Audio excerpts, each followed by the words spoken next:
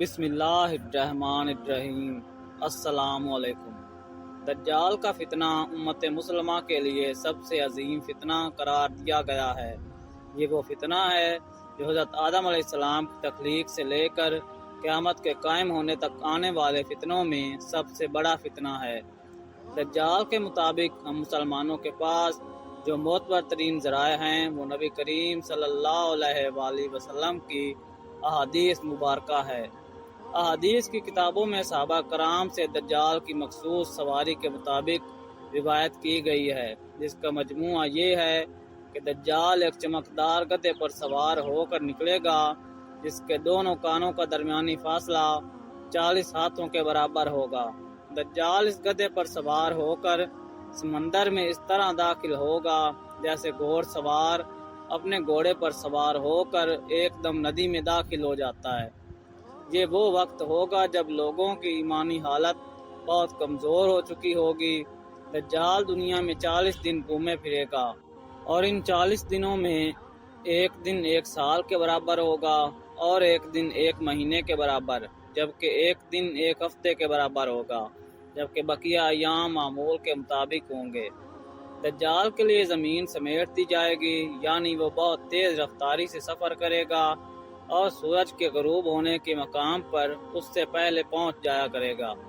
سمندر کا پانی اس کے ٹخنوں تک پہنچے گا۔ دجال کے پاس 70,000 کی فوج ہوگی جس کے اوپر سبز رنگ کی چادریں ہوگی، یہاں تک کہ وہ ابو المراق کے ٹیلے پر آ کر ٹھہر جائیں گے۔ پھر وہ ایسی بلند آواز دے کر سب کو بلائے گا کہ اس کو زمین و آسمان کے درمیان ساری مخلوق سن لے گی۔ پھر دجال ان سب لوگوں سے کہے گا کہ تم لوگ میری عبادت کرو، میں تمہارا خدا ہوں۔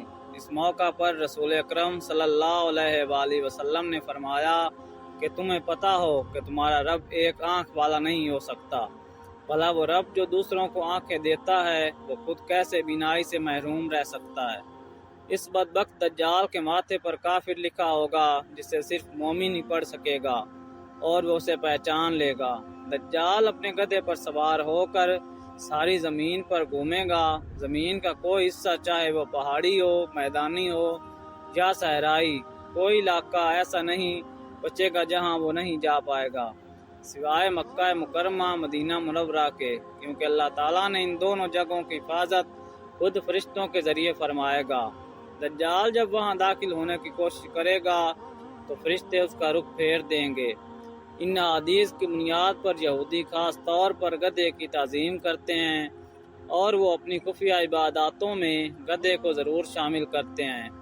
بعض لوگوں کا یہ دعویٰ ہے کہ عبادت کے دن خفیہ طور پر یہودی ایک گدھے کو اٹھا کر بیت المقدس میں لے جاتے ہیں، جہاں مختلف رسم و رواج کے مطابق اس گدھے کو سجایا جاتا ہے۔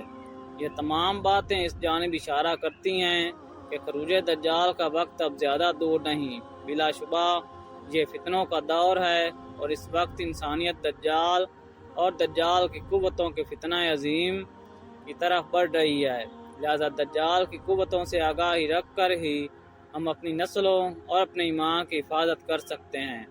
اللہ پاک ہمیں اور ہماری آنے والی نسلوں کو دجال کے فتنوں سے محفوظ رکھے۔